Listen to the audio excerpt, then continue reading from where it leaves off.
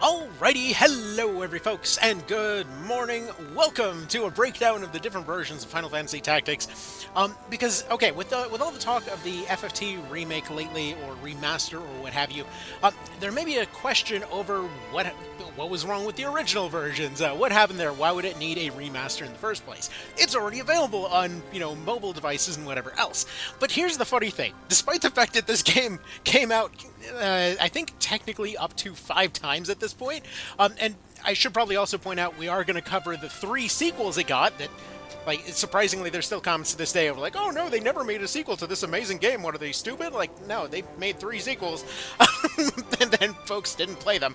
Anyway, so with that being said, let's go ahead and talk about the original Final Fantasy Tactics and the weird situation where every version of it is kind of imperfect in its own way. There's never been a completely perfect version of FF Tactics. So anyways, with that being said, we're going to talk about specifically the PS1 version, the PSP version, and then the modern mobile version. In between, we had a few other kind of cases here and there, but we never really had, again, this sort of perfect version that got everything right. By the way, that scene right there, that sword fight that consisted of 2 moves and 1 dead guy, that is the FFT feeling. That is kind of the the overall mood that FFT brings to fights. That feeling that in an instant anything can go wrong, and that's part of the big mood of this game. It's got an incredible amount of punch. And it's got a really big amount of emphasis put into little bits and pieces that may potentially not matter in other games. So to that end, what I wanted to do was basically go over the intro scene from all of these to explain the kind of pluses and minuses of each of these different versions. And bear in mind, all of these, that is to say, this version is going to be the PS1 Classics version being played off of a PlayStation Vita. Then we've also got the PSP version also being played off of a Vita, and then we're going to have the mobile version being played off of a phone, which is going to have kind of an iffier audio situation because, for whatever reason, the audio for the thing doesn't feel like working right now. So, anyway, let's go ahead and get started. So, first thing that needs to be brought up here is actually going to be a lot of the little UI elements. When it comes to the PS1 version, it was by far the snappiest version. It's actually a little bit weird because every time that it was re-released, it lost some and it added some. And one of those things that was only true of the original PS1 version was the incredible snappiness of the game. There was no lag on anything. Every command that you put in was just right then and there, exactly as you wanted. And it was the same way for every version of Tactics Ogre as well. That there was a big emphasis put on a lot of sharpness of inputs. That you basically could reliably sort of press your buttons and know exactly where your cursor was going to go, which made it really fluid for challenge runs. Anyway, so we go ahead and we start off with the original intro. Now, the funny part is, despite the graphics being a little bit rough on this original, it actually did capture a lot of the things that made this game special. Oops, sorry, I had my audio a little bit scuffed there. But this version actually, in some ways, has the superior intro. Now, I know you're going to say, hold on, these graphics are rough as hell, what are you on? I agree, the graphics are definitely rough as hell, but bear with me, because there's a few interesting details that they do in the PS1 version that they don't do in the later versions. And that's one of those things that makes these different versions kind of fascinating to look at. So we start off with a burned out city. This is going to be true, well, village, I guess. This is going to be true of both of them. And we start off with Dude Man over here stopping and scouting around as you do. He's going to be our head knight that's running this attack here. But what's interesting is they actually only cover the squad here. They only properly show all of these guys actively taking part in this little scouting adventure, or this travel rather, in the PS1 version. For some reason, they forget about most of these guys for most of this scene in the remakes. Anyway, so they start off with their little march here. They're off exploring the countryside, giving you an idea of what we're going to look into. Interestingly enough, the uniforms that they're actually dressed in are the player side uniforms, not the enemy uniforms that they'll be using in a moment. Just kind of an interesting note, though. It is possibly a saturation thing. We have the classic scene from the box art over here under this bridge. Nice awkwardly running chickens as you do. Like, CGI was CGI back in the day. But look, as much as I love the kind of hand-drawn aesthetic of the scenes that they added later on, there's a lot of little kind of happy touches to this particular art style that we just, well, not even this art style, but just these scenes that we didn't see in the later ones, which we'll get to more on that in a moment. I should also point out that the War of the Lions version was not actually done by the original director. They had new folks step in for that particular one. And the thing is, there's actually a few things that kind of seem to contradict reality as far as that version goes. Anyway, so they start off with their surprisingly tiny monastery over here, though we do get a sense that it's surprisingly true to scale as far as everything goes. Also, it's surprisingly nice weather when they actually show up, but it's going to be raining in just a moment. Now, as this intro starts up here, I want you to pay attention to the slowness actually paying attention, or the slowness actually adding to the scene here.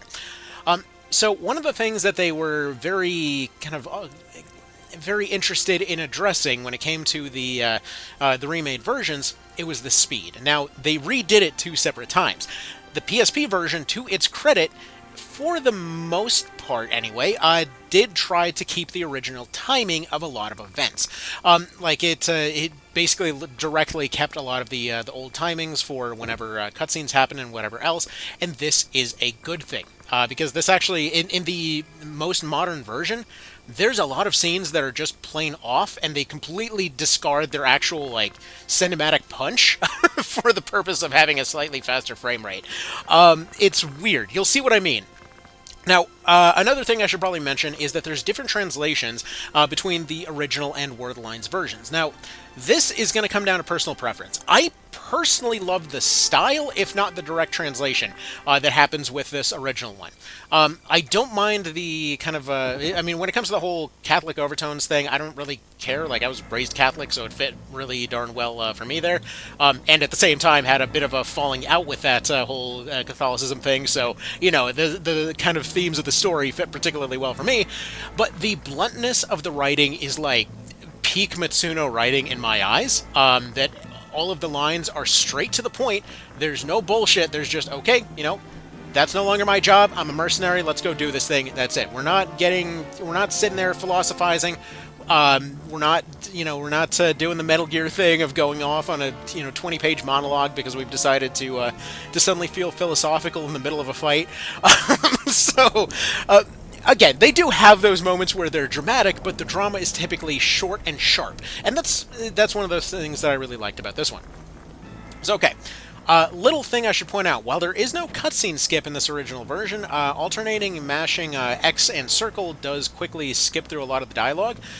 This is actually something that was true of a lot of classic games there. But did you notice the music when we got into the scene? That as soon as the soldier walked in injured, right? The camera slowly panned, the screen went to black, and then when we had the kind of music starting up, it was doing the dramatic pan around the building. We had our sharp moment of introducing the scene, introducing these soldiers around. As we have the swelling of the music, we have the entire scene coming into focus. Pay attention to the sounds of these attacks, right? He does the swing, right?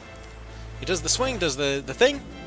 Eye looks down, swing, we got the big sharp movement right there, and we got a little bit of trail off at the end of the sound. Pay attention to the sound here, because this actually adds quite a bit to the scene that, again, was just kind of diminished more and more as it ended up going and getting new versions over time. So every action, every single attack, every single animation, every death sound, especially the death sounds. You'll see that we have that exact, swing, swing, swing every time that one of those falls from the sky. We have the death scream sounding like somebody's falling down a well.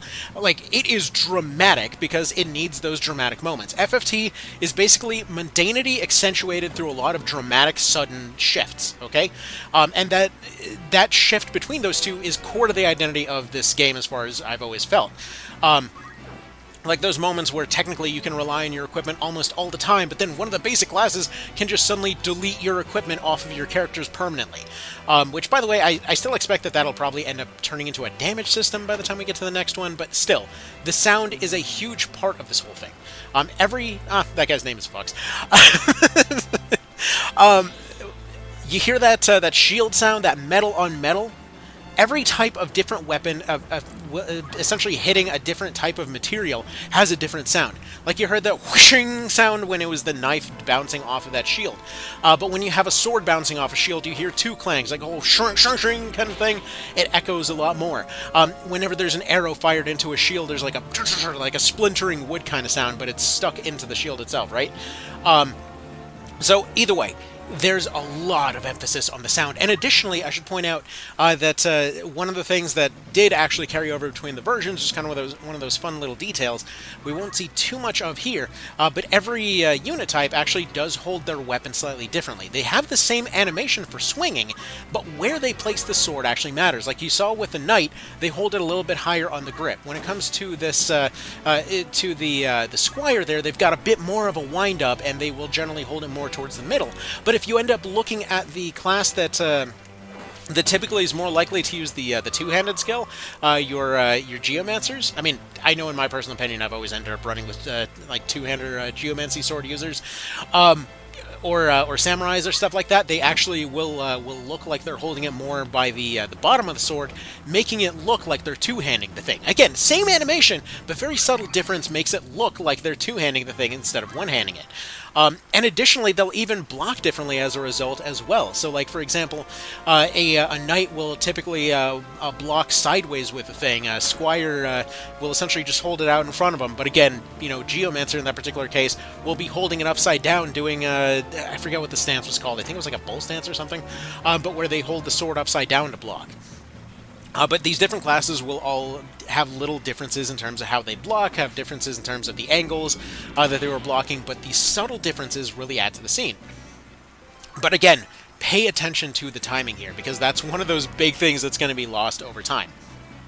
Like the sounds of stones hitting somebody and having that little echo as it bounces off their armor or something, or those echoing screams at the end of somebody getting taken out. And it's a shame, because if they are going for the definitive version, that stuff absolutely needs to be there.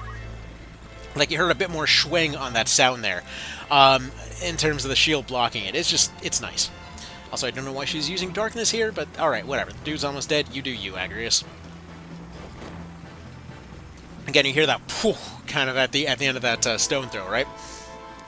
And that's what's interesting, because every cutscene is like this as well. So the cutscenes in the original will all take place within the game engine itself, which we'll see the kind of benefit of in a moment here. And I should also point out, I get why folks like the later versions and their movies and everything. Personally, I still prefer the punchiness of the original, but to each their own. But this animation, look how many things are going off at any given time. Look at the fact that there was no slowdown whatsoever on any part of that. I specifically mention this because when we're going to talk about the remade versions, oftentimes blame was placed on the hardware itself. So this is playing off of original hardware right now, and at any time, you could have gone and picked up the original PSP version, or the original PS1 version on a PSP, and played that version instead, and it would have run silky smooth, just like this. Granted, at the time they hadn't really figured out how to output video onto a computer particularly well, but it is what it is. You had to use a capture card, you had to use this awkward adapter thing, and even then it came out a bit crunched. But now we get to just do stuff like this, and it's nice. Okay, so hopefully this guy won't block it this time. There we go. Now, look, the benefit of having everything in-engine. So immediately we go into the cutscene. We're still marching off with the battle animations right here. Everyone stops, turns around. You get to see the reaction of all the soldiers in the fight right now. Agrius runs off. She's the first to react. And we have Delita over here. Like, he is on a mission to go and get this lady captured, right? So, he gets annoyed, just goes and decks her, throws her over his shoulder, hops on his chicken, makes sure to secure his escape first. And when he gets confronted, tough, don't blame us, blame yourself or God. He's like, okay, you know what? I've already won. I've secured my escape. Fuck y'all, I'm out. And he runs away, again, not wasting any time. That there's a little bit of a struggle, he marches out, and, she's upset that she failed her job, and Roms is over here confused. So yeah, his question is, like, why is he over there? Why is he in the enemy army, right? Either way, we have that big dramatic scene there. we get a general sense of what everybody's about in that scene. Everybody's well personalized, and we get the sense that Delita over there is somebody not to necessarily be messed with, because, you know, they're generally going to be somebody that will get their job done and, you know, go on about their day. Now, that's all for the benefits of it. They did fix some stuff in later versions, which again we will cover. For example, this particular section is very infamous, because right after that cool scene, you have just an absolute screeching halt when it comes to the momentum of the plot, who had no jobs, till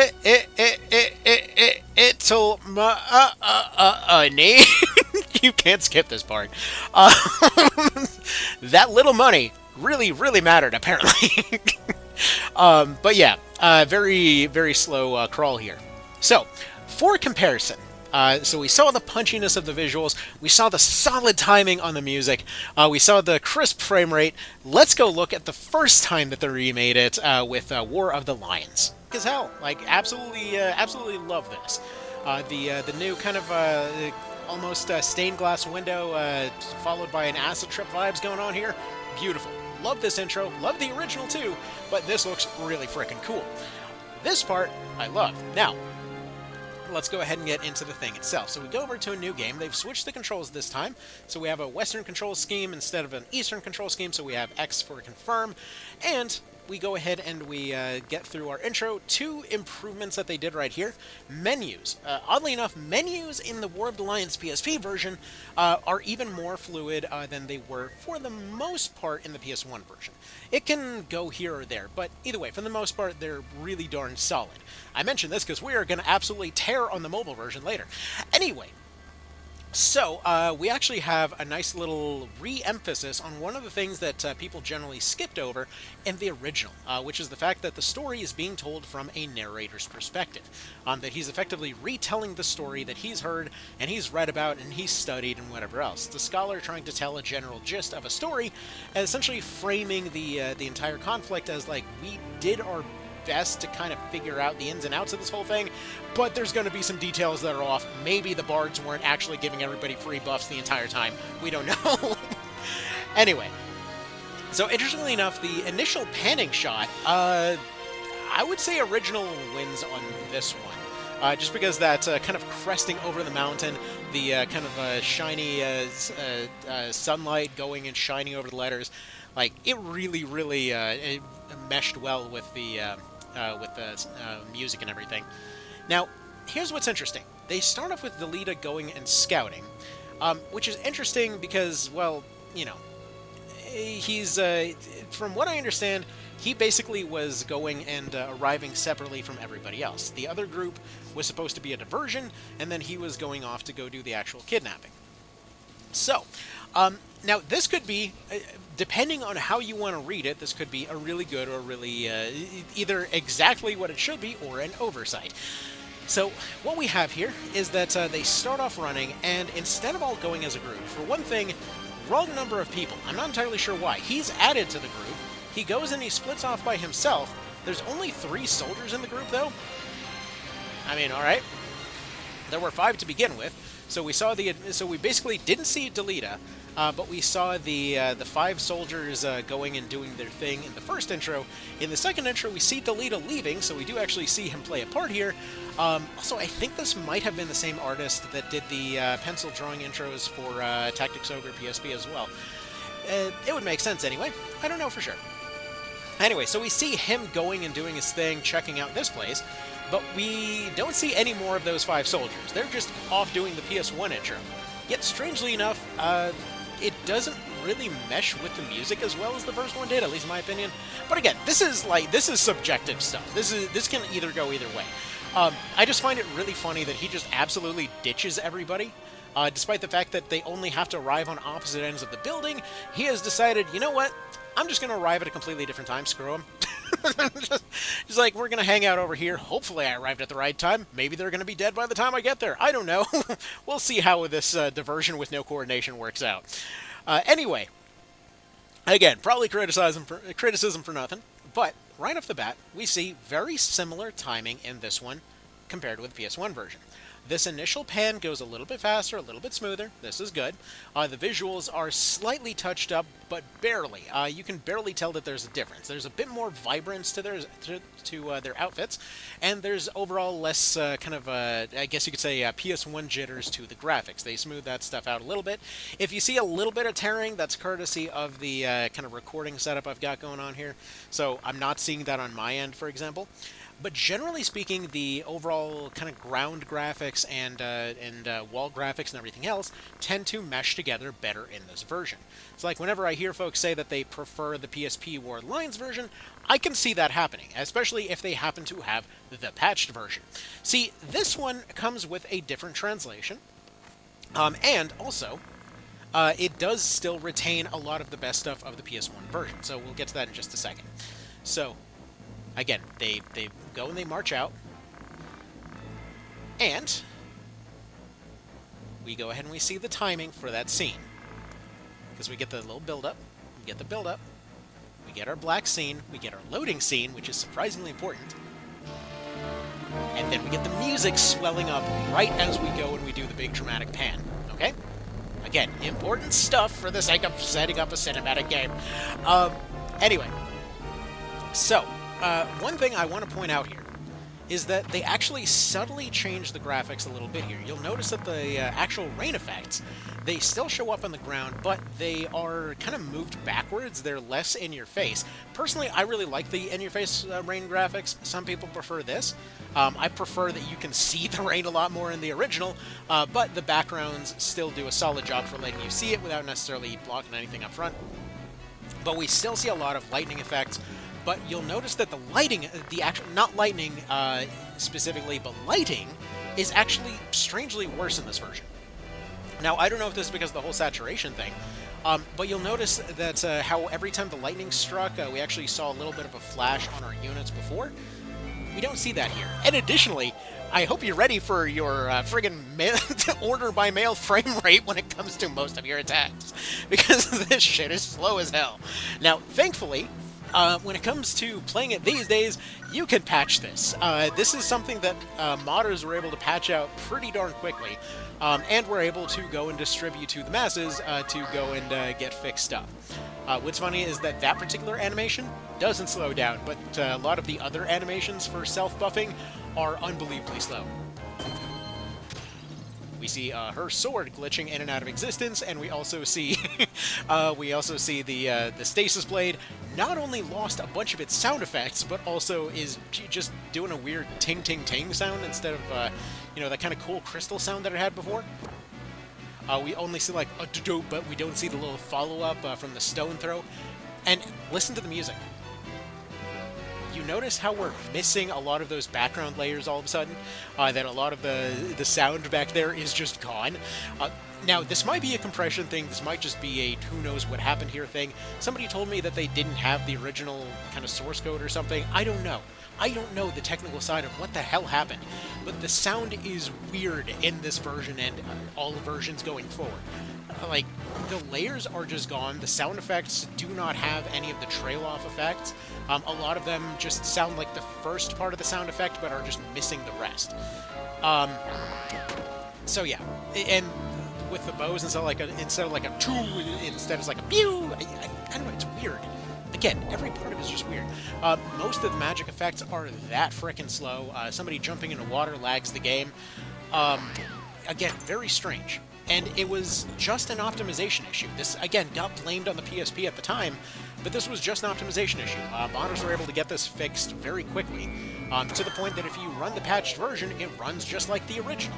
It still has the completely scuffed sounds, of course, because they can't fix that, but when it comes to the actual frame rate, that was able to be fixed. And again, it wasn't exactly even difficult, so it's weird that it was never officially fixed.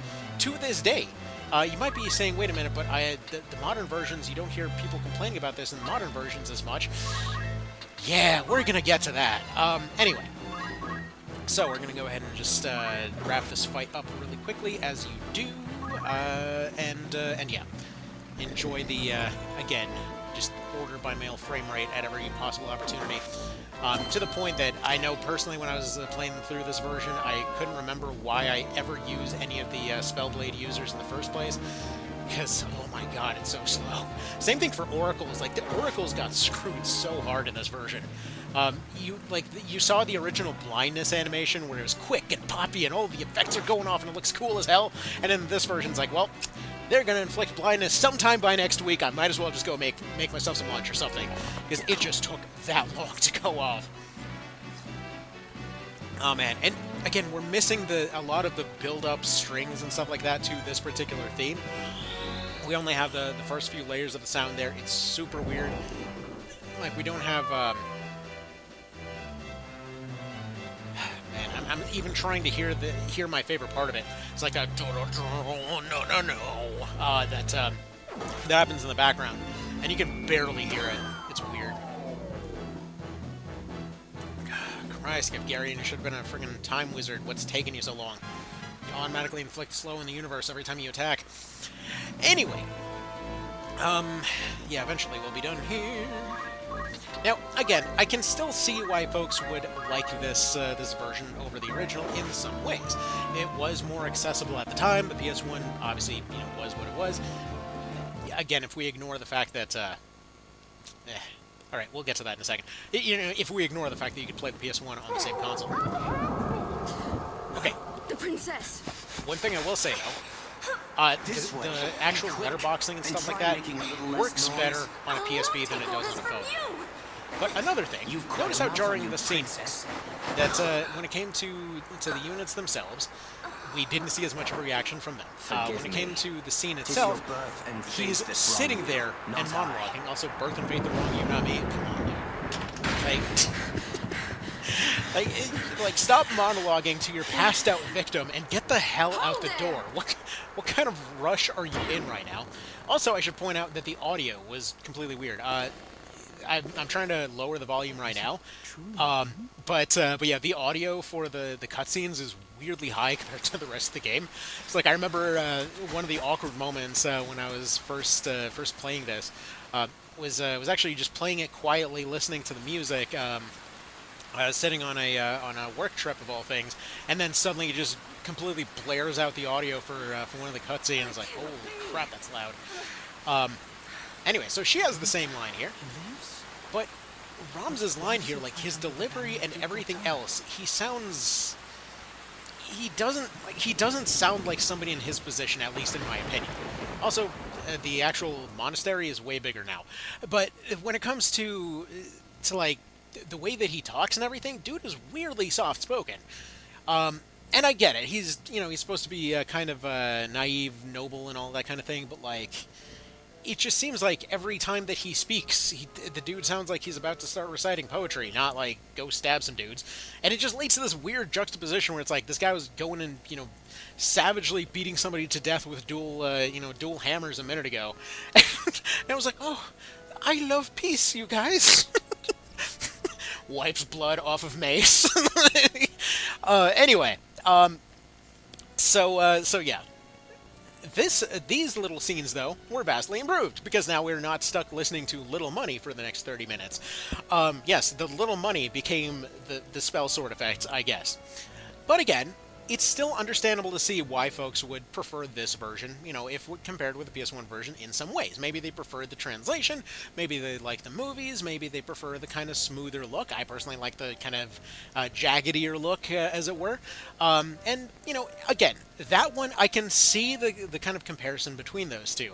And yes, we're all going to be juxtaposing this compared with the mobile version in just a moment here. Also, why he's apprentice instead of a squire or a soldier as he was in the original, I don't know. I mean, he's technically an apprentice, but that's also what a squire is. Anyway, so we don't have cutscene skip yet. That was actually introduced in the mobile version. We don't have quick saves. That was introduced in the mobile version. And that's where we get into more of the whole thing of every version kind of had some stuff that it did right and some stuff that it didn't. Specifically, look at Delita's sprite right now. You'll notice how when you see his sprite, he matches. While they did subtly touch up some things in this version, for the most part, it was colors and contrast and things like that. So, either way, he still looks like himself. That hair looks like it's attached to his head, and that's a good thing. So anyways, we're going to go ahead and move over to the phone version now to compare. Okay, so since I'm waiting for a phone call all of a sudden, before we actually get into the third section here with the mobile version, let's go ahead and talk about the content differences between them, because there are some differences, and they're kind of subtle to an extent. So here's the deal. So PS1 version obviously is just going to have all of its original stuff, original translation, all of that. PSP version ended up adding the rendezvous mode, which were basically a bunch of co-op missions, where, for example, you and another guy would pick two soldiers usually to go and send into a fight, and then you would each control your own units to go win a fight, kind of coordinating amongst each other, which is kind of neat. Bit of a unusual concept for a game this niche. You know, you actually have to find another person that owned the game. I've only seen maybe a couple of other folks that owned the game until I had this channel, so yeah, none of us ever actually managed to try out that multiplayer at the time. But I did manage to get a hold of 2 copies, as well as a Vita and PSP to play together, and it was interesting, I guess. You got some unique prizes. It was a neat little gimmick, but they added an extra scene in which Ramza is confirmed to drink milk, so that's kind of interesting. They also added a scene in which Mustadio hits on Agrius and gets perfume for it. Or rather, he gives her perfume, and then she's completely oblivious, and that's kind of about that. As well as adding a fight in which you re-kill Algus, which just sort of comes out of nowhere partway through the game. Like, I appreciated it as fan service, but it really felt like a I'm not entirely sure what you're doing here, but okay kind of moment. Anyway, also one more thing that'll become relevant in a moment. One of the benefits of having button controls, especially when you're going with this kind of layout for your units, is that when you need to select a tile that's behind somebody, you can do that. That'll become relevant in a moment. Anyway, with that being said, let's go on about more content here. So additionally, there were new items that were added in the PSP version, as well as renamings for a lot of items. And additionally, many of these new items were kind of intentionally, blatantly overpowered as rewards. Also, man, going back to that same old moment of nice cinematic pans and music swelling at the same time. God, the scene always hits. Anyway, So yeah, as far as new items and stuff went, generally they were pretty overpowered across the board. They were intended to be, and there were a few minor bug fixes from throughout it. Like, for example, the first Dorter Trade City fight, there was originally an archer in this version that forgot to bring his weapon, and the guns were actually misnamed for the elements that they used. So I think it was something like the ice gun shot fire, and something like the stone gun shot ice or something. Anyways, little bits and pieces like that. Usually you don't get guns till the end game, and most of the time, most folks did not end up with anything other than the first couple of guns anyway, which is probably how it got missed to begin with. Also, one thing that I never see mentioned as far as differences between the different versions, I think the AI is actually a bit more passive in War of the Lions. Like, for example, if there is a unit that dies and leaves behind a crystal in the original version, as well as any modded versions, like you'll notice pretty much all mods are going to be made for the PS1 version, just due to it being easier. The weird thing is that, the AI will generally be a bit more aggressive. So, like, if a unit drops a crystal, they will immediately go grab that thing. In my personal experience, when it came to War of the Lions, like, just the other day, I was going through and playing with the phone version, and I was expecting a guy to go grab the crystal right next to him. He was the last guy on the field, he was in critical, and he just didn't. He refused to go grab it. I thought he was blocked off at first, but he skipped 3 rounds and then suddenly finally decided to go and actually collect the thing. After I sent somebody around the opposite end of the map to go and collect it to see what the hell was going on. Whereas in these versions, or at least in the classic version, he pretty much immediately would be guaranteed to just go and grab the thing right away. I'm not really sure what that's about, but kind of neither here nor there on that. It's just kind of a weird quirk of whatever's going on. Anyway, okay, also, it's worth mentioning that when it comes to classes, there were 2 new classes that were introduced in War of the Lions. That being the Dark Knight / Fell Knight, as well as the Onion Knight. Now, personally, I honestly could live without both. That's one of those reasons that I still prefer the PS1 version. Alrighty, so got the phone call that I was waiting for. So let's go ahead and talk about those last couple classes that they added. They were the Fell Knight and the Onion Knight. Basically, Onion Knight is a class that gets no skills, but all of the equipment. And the Fell Knight is just Gafgarion's class. They get some of the spell sword abilities, which is fine. They're exactly fine. I don't know.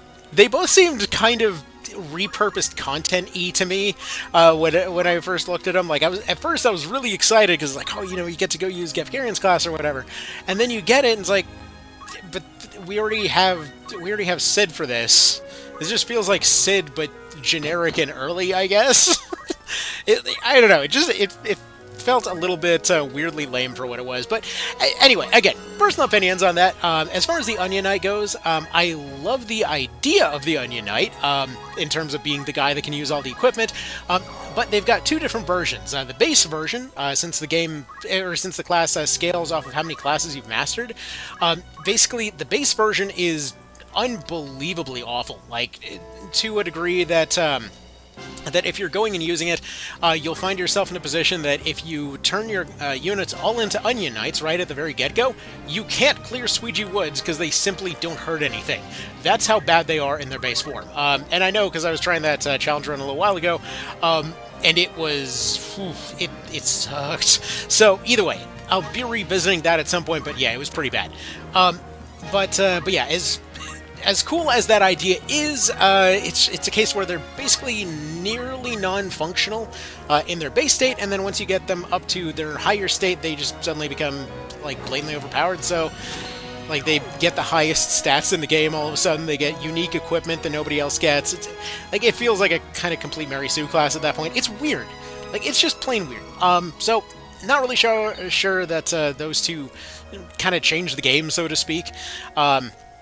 Like, I know every time that new class was added to something like, let's say, the One Vision mod or something, it was something that actually changed the way that you might build your team every time. And those two were just like, here's, a class that maybe you'll throw in sometimes.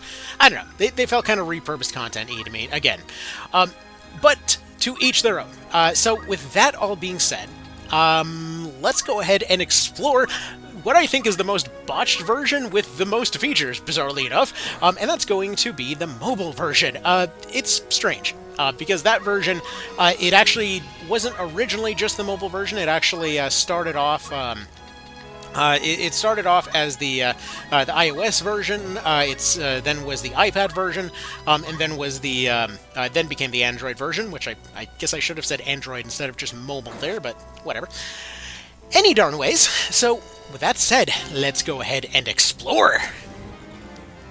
And so, here we are with the mobile version. Now, first of all, it's super weird how they redid this to show the new classes that you can potentially use, like the Onion Knight there, with this new art in the front. I really don't know how to feel about this art in the front. Like, with the mobile version, for some reason they decided, you know what, we need to replace the classic of we got our knights and soldiers and whatever else going in fighting, and replace it with what looks like it was trying to be an almost March of the Black Queen-esque thing. Except this time we have an Onion Knight in there. We have like all the Goofy Hat crew up and everywhere. We've got the one samurai back in the background, but he's also covered up by a ninja. To some extent, I love that they got the ninja flying through the air and everything, but, like, it's a little odd compared to what was there before.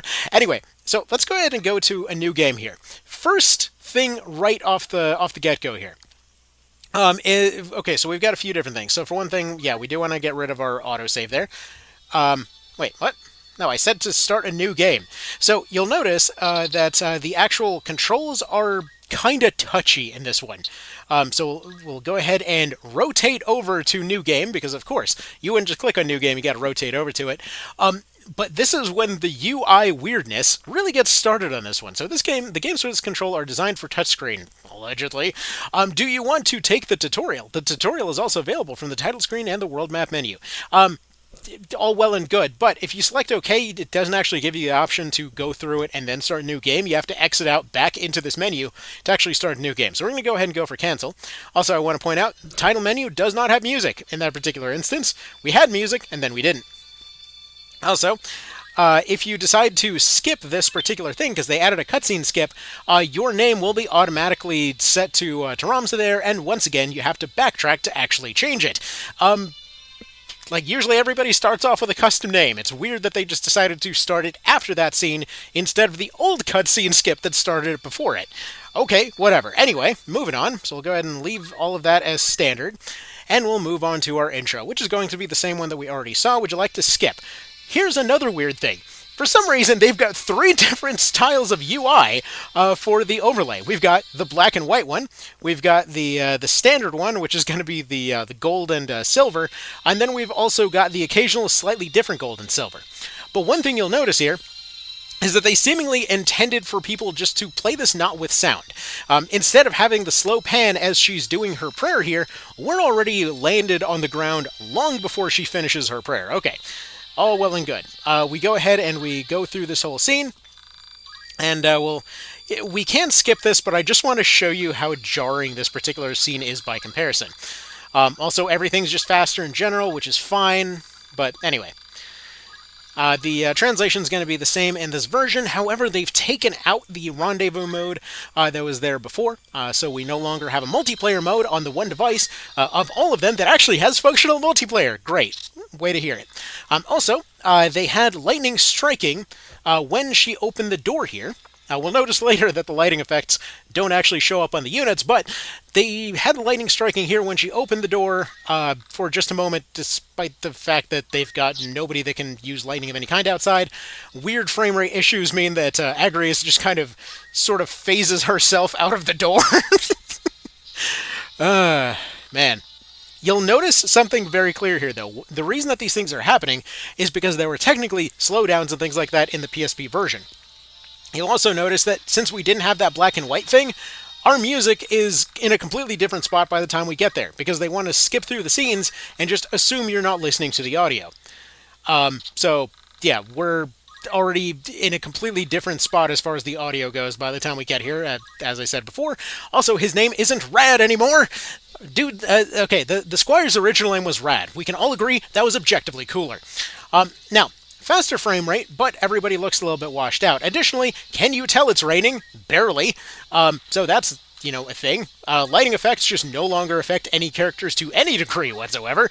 I mean, that's all well and good and whatever else. We get some rain effects that finally pop in here. The kind of sound differences are very different. Now, notice how scuffed that is.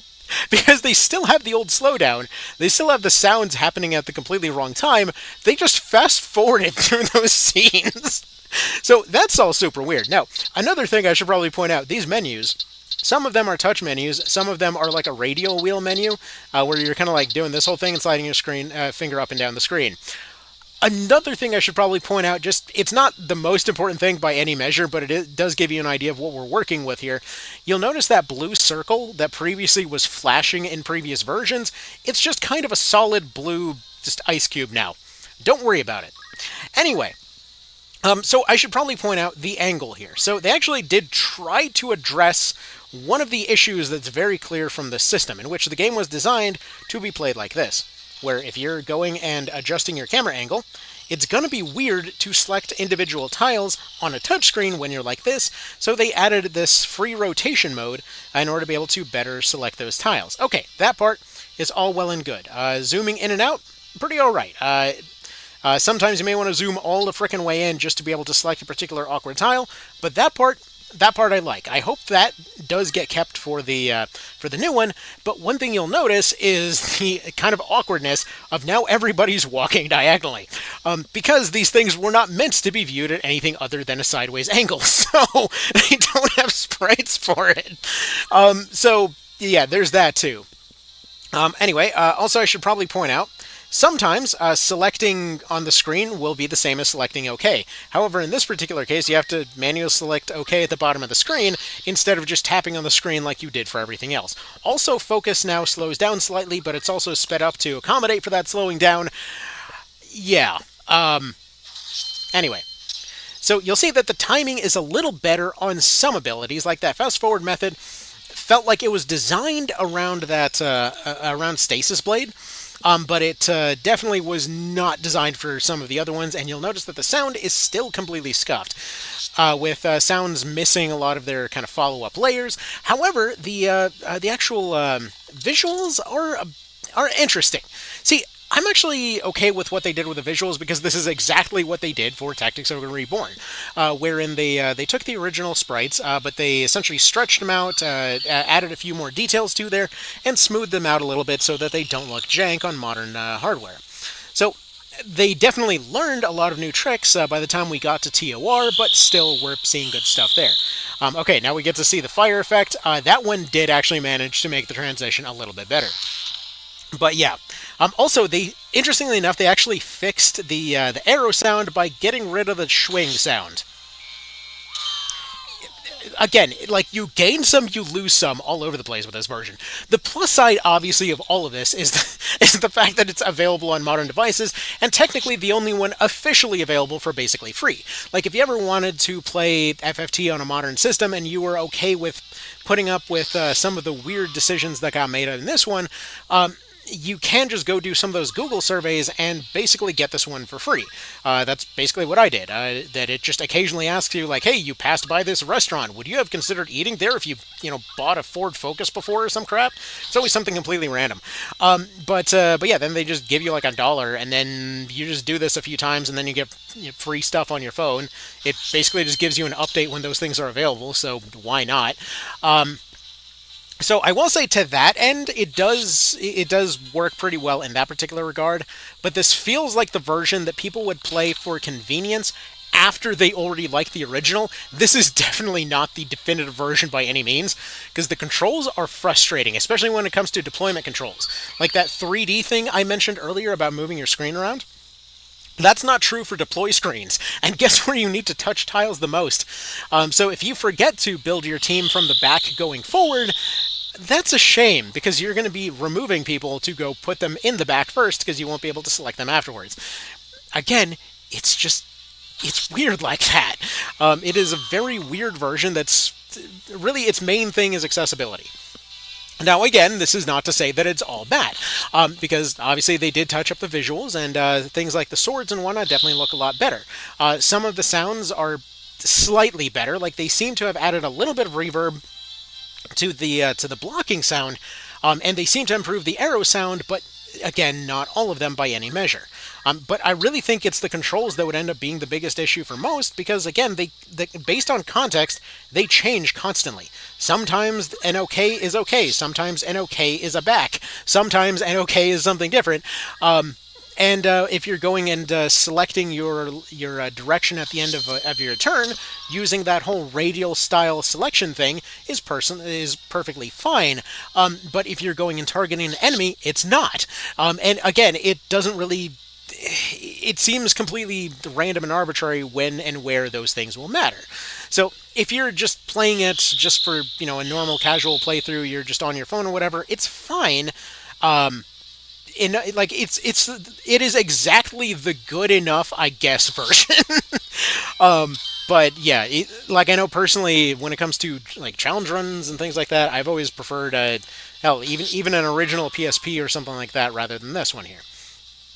And additionally, to make stuff even more jarring, we have a bit of a delay time before it comes to any one of these scenes here. So we'll go turn that down a little bit. Same old stuff that we saw here before. However, we can go ahead and skip these this time around, which I'm okay with, because I really don't like those animated scenes. They're just really jarring to me, especially the one at the bridge, like the delete a bridge scene. Like, dude, that thing's a classic, and you're going to tell me that that's the way you went with it. Continue without saving? Absolutely. Now, the funny part is, so you notice earlier I mentioned that they took out the rendezvous multiplayer mode, right? So the funny part is that here, let's just go ahead and try to set this up. So the funny part is that they took that mode out, but they didn't want to take the items out. So if you want some of the most busted equipment in the game, you basically just go to the final chapter, you go to the hunter shop, and it's just there. Did you want to do side quests to go unlock all that stuff like you did in the originals? Yeah, you don't have to. Forget your progress, it's all just there. Anyway, so yeah. that's kind of about that. Now, ultimately, obviously, it just kind of comes down to whatever's available to you. But one thing I do want to point out here is take a look at Mr. Delito over here. I think we can actually see a little bit better if here, we'll go ahead and zoom in on him real quick. But like, he's got his one good angle. Look at that front sprite. Look at the front sprite on that man. He looks like he's wearing like one of those old commie tanker helms, not actually having hair on his head. Like, again, generally the visuals I can see where they were going with for these. They were trying to smooth them out and give them a bit more of a modern look, but some results are definitely better than others. So there's that. Anyway. But yeah, so that's kind of about that. And that, for most folks, this still will probably be the version that they end up playing, just because you can get it on any store, any eShop kind of thing. I will say that as far as cloud saves and stuff go, supposedly they are better on this on the Android version, but though I can't really say one way or the other. I mean, they seem to have worked just fine, so it is what it is. As far as general bugs and things go, it seems pretty much the same across all of them. You will still see, for example, weapons going and flittering in and out of existence in this version, because it is still the Word Lines version. But generally speaking, you will still see a lot of the same stuff as before. Also, by the way, there's one more of those moments that I was talking about with the controls being a little frustrating, because I tapped on the arrow for her to face forward, but it detected this as the OK command because it didn't technically touch the arrow to some degree, so she is now facing the wrong direction. And this happens all the dang time, which means that the safer way to actually select your end turn direction is to actually use the radial menu thing for that, which is really awkward. So like doing this whole thing where you gotta like scroll your finger up and down the screen, it sucks to control it that way when you're going and putting in so many commands in this. But either way, again, spoiled from years of really good controls and tactics over, but still, like, it's weird. It's such a weird version. Like, it's got so many improvements. Like, it's got the cutscene skip. It's got the technically improved visuals. It's got the most Band-Aid fixes ever to the audio and visual problems. Like, the thing's just made of Band-Aids. It's weird. The backgrounds are probably the best that they looked in all versions. You've got the sharpness of the PS1 version, though you do see the occasional tearing, as you can see in the last two times that the screen turned. But at the same time, you still have less of the very PSP look that the PSP version had. The font for everything is a lot sharper in this version, so it's just way easier to read. So that part's good, but like, again, very Band-Aid version is the thing. And yeah, occasionally it'll be kind of difficult to actually select behind units and whatnot. So it's, again, exactly fine enough. It's the okayest version of this game. Obviously, we're not going to get into mods here because we're just talking about official releases and such, but, it's okay. It is the okayest. I would personally recommend the PS1 version just because of how exact the timing for everything was. Like, just the sound effects alone really make the difference for me personally. Like, I don't find that those two classes added enough to justify the sound being completely off. Also, I love how I told it to turn left, and he decided, no, you know what? I think the right arrow is a little bit closer this time. Thanks. Anyway, gotta love it. But yeah, so to me personally, the overall best package artistically speaking, and just kind of, I guess, overall experience-wise, to me feels like it's the PS1 version. But everyone's going to have their own preferences, Everyone's going to have their own stuff that really speaks to them, and I'd imagine to many the convenience factor would be the deciding factor here. So that'll be about that. That's all I really have time for here today. I just wanted to, explore all of the differences between these different versions here. So I hope this was fun. Hope you all had yourselves a decent time, and I will see you in the next one. So yeah, take care.